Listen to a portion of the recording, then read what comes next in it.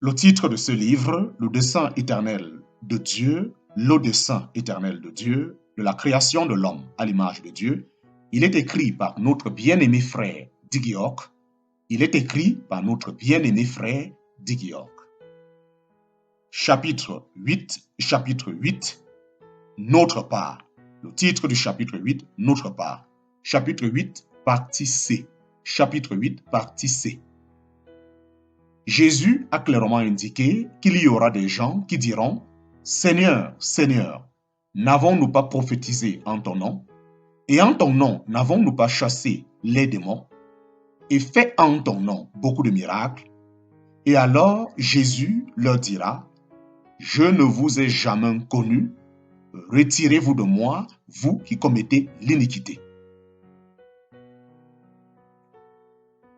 Cela explique peut-être pourquoi il y a tant de personnes qui se disent chrétiens dont le style de vie et les philosophies sont si proches de ceux du monde et pourquoi tant d'entre eux ne font pas l'expérience de ce que signifie être sauvé de ses péchés.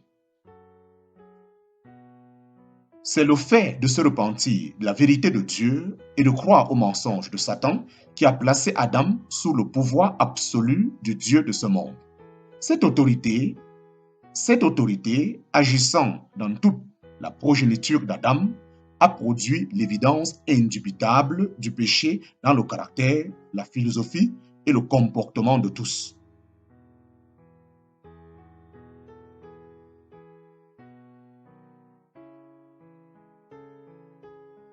Cette autorité, agissant dans toute la progéniture d'Adam, a produit l'évidence indubitable du péché dans le caractère, la philosophie et le comportement de tous. Par la repentance envers Dieu et en croyant à la vérité de Jésus, nous sommes libérés de la domination du péché et, en tant qu'enfants de Dieu, nous sommes établis dans l'autorité du Seigneur ressuscité.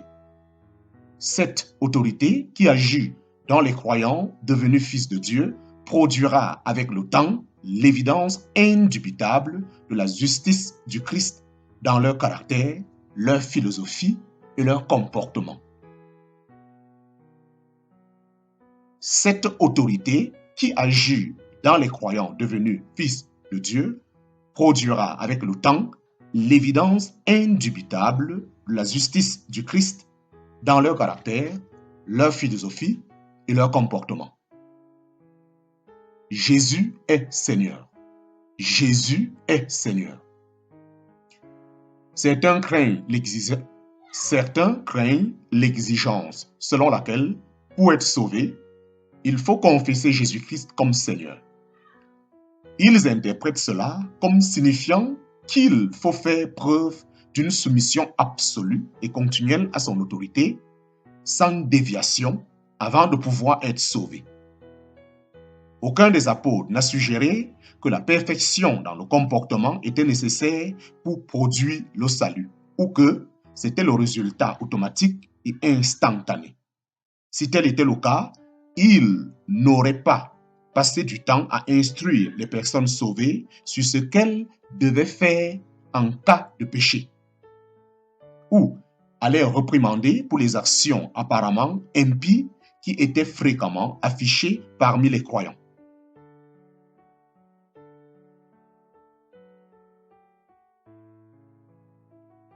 Confesser Jésus comme Seigneur a à voir avec ce qu'il est et non avec ce que je suis. C'est la confession que j'ai cessé de me considérer comme l'autorité sur ma propre vie. Confesser Jésus comme Seigneur a à voir avec ce qu'il est et non avec ce que je suis. C'est la confession que j'ai cessé de me considérer comme l'autorité sur ma propre vie. J'ai reconnu comme péché mon indépendance vis-à-vis de sa parole et ma rébellion contre son autorité légitime. Je suis prêt à dire que je renonce à mes droits imaginaires. Je suis prêt à dire que je renonce à mes droits imaginaires. Il ne s'agit pas de dire que j'ai atteint la soumission parfaite et que le degré de mon obéissance est tel que je prouve ma valeur pour être sauvé. La confession de la Seigneurie de Jésus n'est qu'un début, mais tant que je ne l'aurai pas confessé, je ne me sentirai guère contraint de me soumettre à son autorité. En fait, tant que je ne suis pas prêt à le confesser comme Seigneur, je ne suis pas prêt à être sauvé. Je ne me suis pas repenti. La confession de la Seigneurie de Jésus n'est qu'un début, mais tant que je ne l'aurai pas confessé, je ne me sentirai guère contraint de me soumettre à son autorité. En fait, tant que je ne suis pas prêt à le confesser comme Seigneur, je ne suis pas prêt à être sauvé. Je ne me suis pas repenti. La résurrection. La résurrection. La résurrection. Pouvez-vous imaginer la joie, l'exaltation et l'espoir indescriptibles qui ont envahi les disciples qui pleuraient encore la mort de Jésus lorsque soudain il s'est tenu devant eux, vivant? C'était la preuve tangible que Jésus avait vaincu la mort la plus redoutable de tous les ennemis. La tombe, de toute évidence, ne pouvait pas le retenir. Alléluia. Amen. Pouvez-vous imaginer la joie, l'exaltation et l'espoir indescriptible qui ont envahi les disciples qui pleuraient encore la mort de Jésus lorsque soudain il s'est tenu devant eux, vivant? C'était la preuve tangible que Jésus avait vaincu la mort la plus redoutable de tous les ennemis. La tombe, de toute évidence, ne pouvait pas le retenir. C'est ainsi que l'évangile a commencé. C'est ainsi que l'évangile a commencé. Ce qu'il croyait en ce moment-là n'était pas une déclaration doctrinale sur un événement historique bénin. Il participait au spectacle de la résurrection et de la vie éternelle sans plus avoir le potentiel de pécher et de mourir. C'est ce Jésus ressuscité qui leur a dit spécifiquement que tout pouvoir lui avait été donné dans le ciel et sur la terre. Il était Seigneur et Christ. Il était Seigneur et Christ. Tels étaient les faits dont il était les témoins et tel était le message que le Seigneur leur avait demandé de prêcher. Tout autre message n'est pas l'évangile. Tels étaient les faits dont ils étaient les témoins et tel était le message que le Seigneur leur avait demandé de prêcher. Tout autre message n'était pas l'évangile. Fin du chapitre 8, fin du chapitre 8. Les différents versets bibliques utilisés dans le chapitre 8. Fin du chapitre 8, les différents versets bibliques utilisés. 1. Acte chapitre 20, verset 21. 1. Acte chapitre 20, verset 21. 2. Jean chapitre 8, verset 29. Hébreux chapitre 5, verset 8 à 9. Marc chapitre 1, verset 3 à 4. 4. Marc chapitre 1, verset 15. 5. Hébreux chapitre 11, verset 6.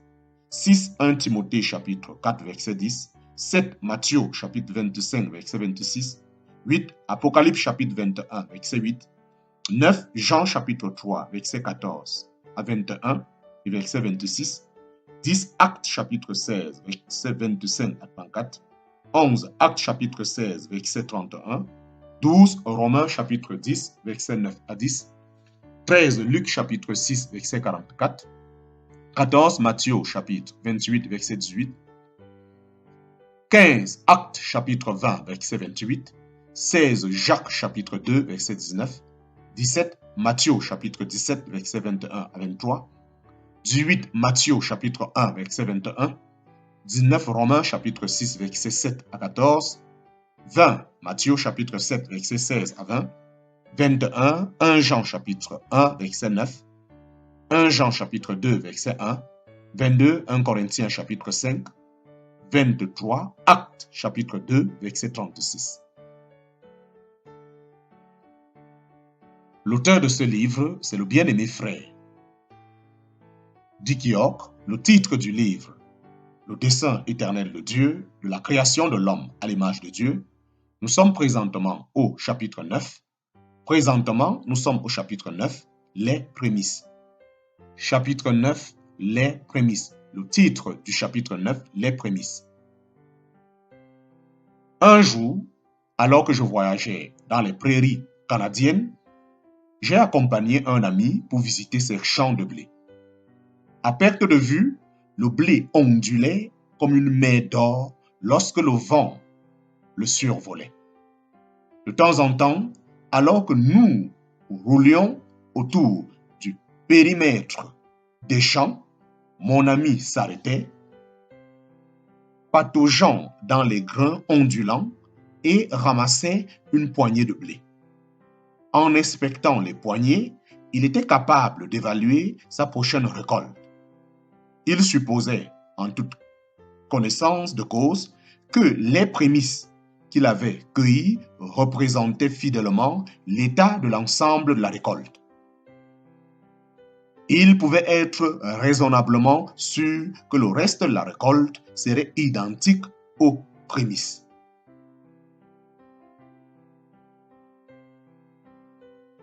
Les Écritures indiquent clairement que l'espoir des croyants est la résurrection des morts. Jésus et tous les apôtres ont comparé cette résurrection à une grande récolte. L'apôtre Paul a décrit Jésus comme les prémices de cette récolte de résurrection. Mais maintenant, Christ est ressuscité des morts, il est les prémices de ceux qui sont morts. Car puisque la mort est venue par un seul homme, c'est aussi par un homme qu'est venue la résurrection des morts. Et comme tous meurent en Adam, de même aussi, tous revivront en Christ, mais chacun en son rang. Christ est comme prémisse, puis ceux qui appartiennent à Christ lors de son avènement. Mais maintenant, Christ est ressuscité des morts, il est les prémices de ceux qui sont morts. Car, puisque la mort est venue par un seul homme, c'est aussi par un homme qu'est venue la résurrection des morts. Et comme tous meurent en Adam, de même aussi tous revivront en Christ, mais chacun en son rang. Christ comme prémisse, puis ceux qui appartiennent à Christ lors de son avènement. Lorsque l'apôtre Paul a écrit ce verset, il pensait probablement à l'une des fêtes traditionnelles d'Israël prescrites par la loi de l'Ancien Testament.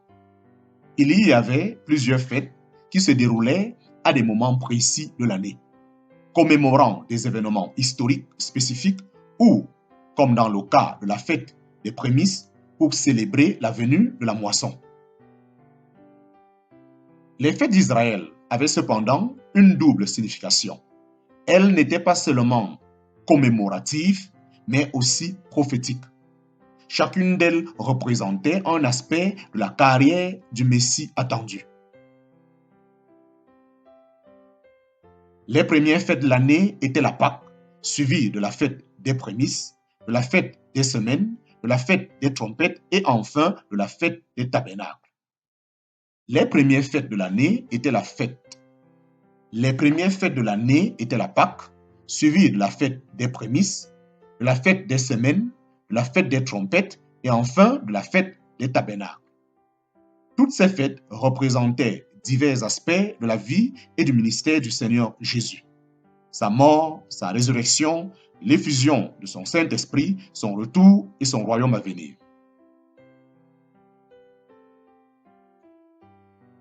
La Pâque, historiquement, commémore la délivrance d'Israël et l'esclavage égyptien. À cette époque, chaque famille immolait un agneau sans tache et mettait le sang sur les linteaux des portes de leur maison. Dieu a envoyé son ange destructeur pour juger l'Égypte, provoquant la mort de chaque premier-né dans chaque maison.